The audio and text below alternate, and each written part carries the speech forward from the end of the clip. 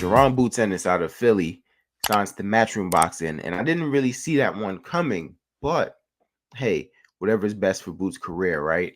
But now there's been a lot going on, right? And I have to rewind a bit.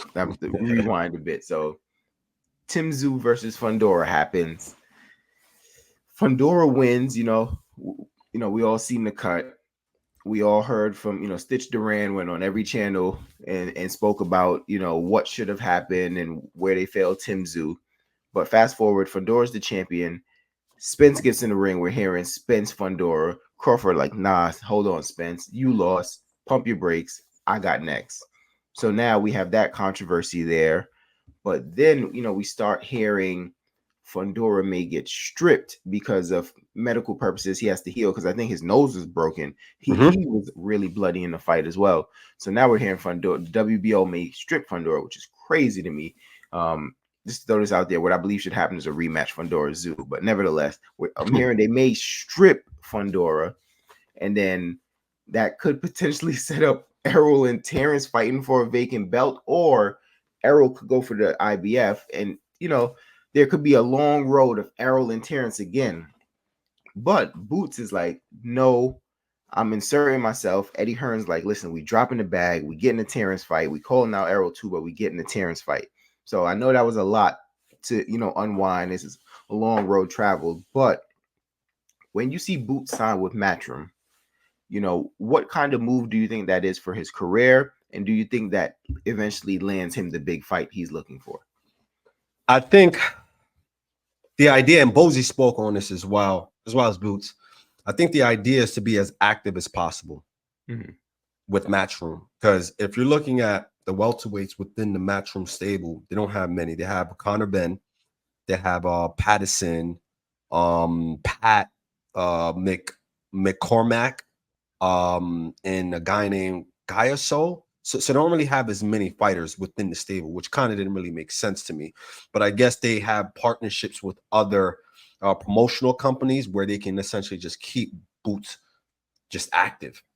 And I know Boots had essentially kind of a lawsuit going on with his previous promotional agent, and they kind of went their separate ways. But I guess PBC ultimately he wasn't satisfied with them, and he decided to just go with Eddie Hearn because one, maybe he believes that Eddie Hearn can probably get him to fight with Terrence Bud Crawford, and also two, like I mentioned before, is just keeping him active.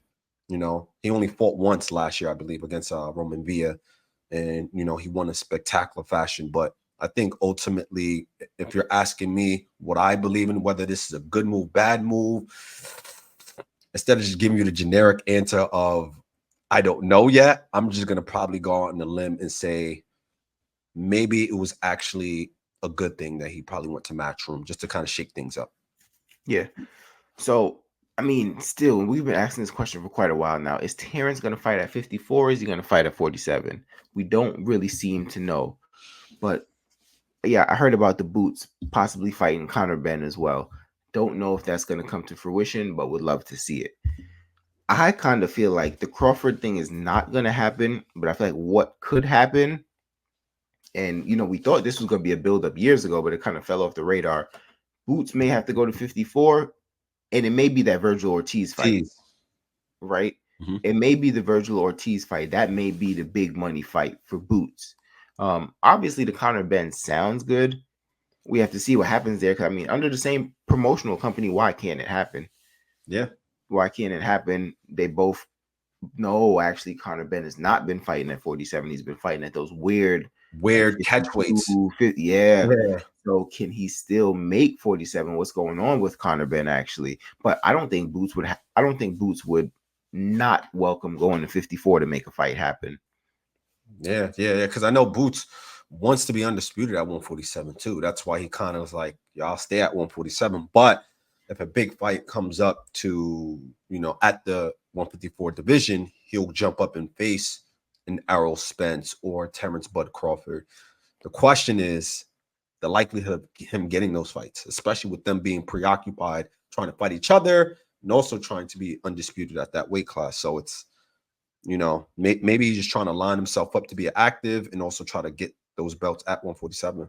Yeah. And then, I mean, I know he's still calling out Spence, but and then this is the only one that seemed to have any traction. So right now, I don't know if it's true, but Bozy put it out there. He would love to trade Spence, right? Mhm. But since the Derek James thing happened, we haven't really heard any. This is the only one that I feel like I've heard repeated.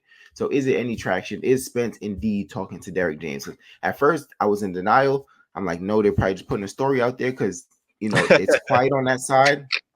But Ryan Garcia may say some crazy stuff, but But I don't that necessarily know that it's false. And Ryan Garcia came out and said, "Oh, whatever, F. Errol Spence, pay Derek James. How I make less than you, but I paid him more than you." Well, first of all, that's called negotiation. But nevertheless, that's how something like that happens.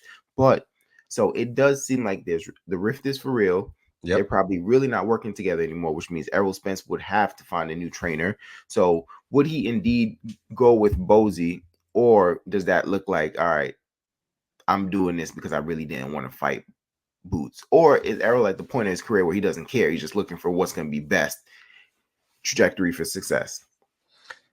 I don't think he'll go to Bozy. I think just because too many lines, there are lines blurred there. Just the fact that Jaron was aiming to fight Errol Spence at a period of time, even still, and because they're Mm-hmm. too close in kind of weight, I don't think he's the type of person to be like, you know what, let me just go to Boosie and just work with them. I don't think that will be the case because that can potentially be a future fight between them two. We don't know Mm-hmm. what the future may hold, right? And then when you work with a certain trainer, Bozy is still Jaron's father at the end of the day. So Mm-hmm. whatever weaknesses you show working with Bozy, that can kind of just be exploited and given to kind of Jaron, right? So, but I don't know. I don't know. It's hard to say because I don't know what mindset Errol Spence is in. But if I had to guess, I don't think he will go with Bozy. Not saying that's not a good choice. I'm just saying I don't think he will go that direction. I think he may go with another trainer that doesn't necessarily have fighters that may impede on his pathway. Right? Mm-hmm. What do you And think? then I don't think he would go that direction either. But just because I think he's a prideful person, and I think he's heard it all the times Boots called him out, and I think he knows what people will say. I think he's a prideful person. If he wasn't a prideful person, the Terrence Crawford fight would never have happened. You know what I'm saying? So I don't think he would go that route. So maybe that still leaves the option open for that to be the big fight for Boots. But I also heard Boots, Cody Crowley. So I'm hearing Boots and so many people, but I guess we have to just really wait and see what's going to happen. Mm-hmm. But yeah, I didn't see the Matchroom coming, but one thing I know is, it's kind of everybody versus PBC. So I know Matchroom works well with Golden Boy, right? Yeah. DAZN works well with Golden Boy. DAZN will work with Top Rank. They have the partnership really with the Saudis because all the Saudi stuff comes on DAZN. Mm-hmm. So, like you said, it might just be a move of, I need to stay busy, but eventually you can stay busy all you want. I know he's looking for the big fight. I know he's looking for the big fight, and it's like, can that big fight get delivered there? Is that big fight Virgil Ortiz? Is it Conor Ben? Does that generate enough revenue to say, okay, that's that legacy fight for me right there? Yeah, I don't think so. I think, like you said, it's a stay busy course. Mm-hmm. It's the formula stay busy, but when it comes to the big fights, are you able to get those big fights with Eddie Hearn? I don't know. That's Yeah. that's that's a good question. That's a good question. Eddie seems confident that he can make the Terrence fight, though. Terrence, I think, is a free agent because I think he broke the PBC 2 fight deal he had, but I think it's kind of maybe it was justified or something legally because the time frame of the rematch didn't happen. So I think he's done with the PBC thing. So I think contractually Terrence should be available if Eddie Hearn gives the money that Terrence is looking for. So, Yeah. but that's the thing. Terrence, are you at 54? Are you at 47? We still don't really know. Do you say, hey, I still got my 3 belts. I should be undisputed. Let me get this dub and show y'all who really the man is? Or do you really go to 54? Because now 54 is tricky because we don't know what's happening with Zoo and Fundora. Fundora. When's the next time they're going to be cleared to fight, right? But I can say this about the WBO. The WBO, which was regarded as like the top ranked belt, right? They've always had a good relationship with Terrence Crawford.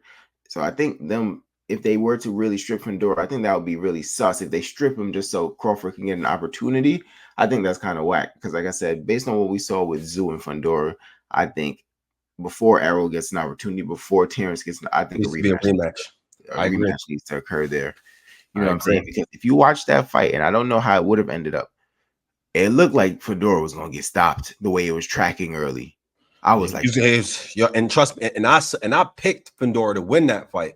yeah, But watching the first 2 rounds, Fedor would have been in trouble if he'd have never started bleeding, got that cut to the gash to the head. I think Tim Tszyu would have won and potentially yeah, stopped man. Fedor. So I mean, a lot there. I know it was a lot there. The topic really started with Gerard, but it went everywhere. But it's because it's all intertwined between 47 and 54. We don't really know what's happening, but we're looking for the fights to hurry up and get on the way. So jump in the comment section. Tell us, what do you think is next for Jaron Boots Ennis? Do you like this move signing with Matchroom Boxing? And what do you think is the big fight that he gets after signing with Matchroom? So like, comment, subscribe. 2 cents short of $1. We're out.